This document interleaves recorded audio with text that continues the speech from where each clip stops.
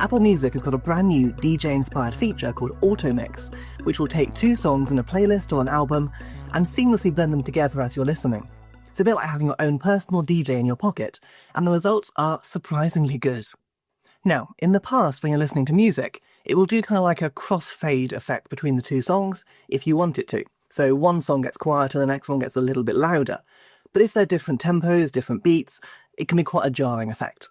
Well, AutoMix should beat that because it should mix the 2 songs together perfectly by slowing down and speeding up the beats so they're perfectly in sync.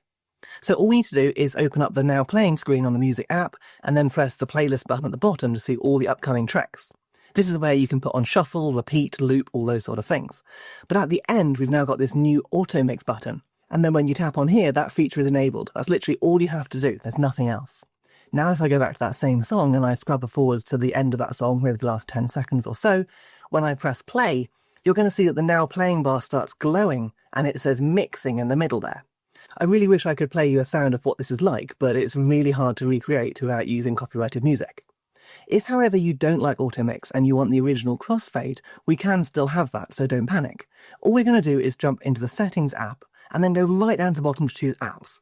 From here, you're going to scroll down again, and you're going to find the Music section. From here, you're looking for the audio settings, and you're going to see an option there for song transitions. Here, you can choose if you want the AutoMix, or if you want the crossfade setting instead.